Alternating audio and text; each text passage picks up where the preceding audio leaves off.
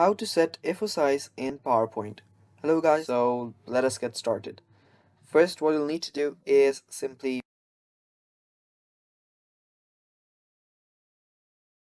besides the design section, tap on slide size and tap on custom slide size.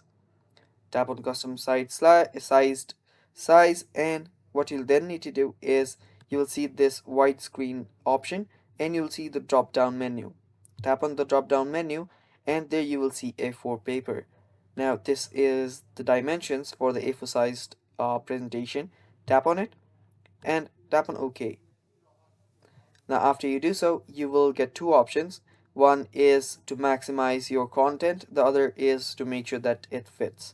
Now I'm just going to make sure that it fits, and this is basically it. Now you have your presentation in the size of A4 paper. So now there is also another settings. So this is the one that shows if you want your presentation to be on portrait mode or landscape mode. Let us change that to portrait and make sure that it ensures fit. Now there you go, now it is on A4 size paper. Now you can change it as you wish from here guys, and yeah, that is basically it for this video too.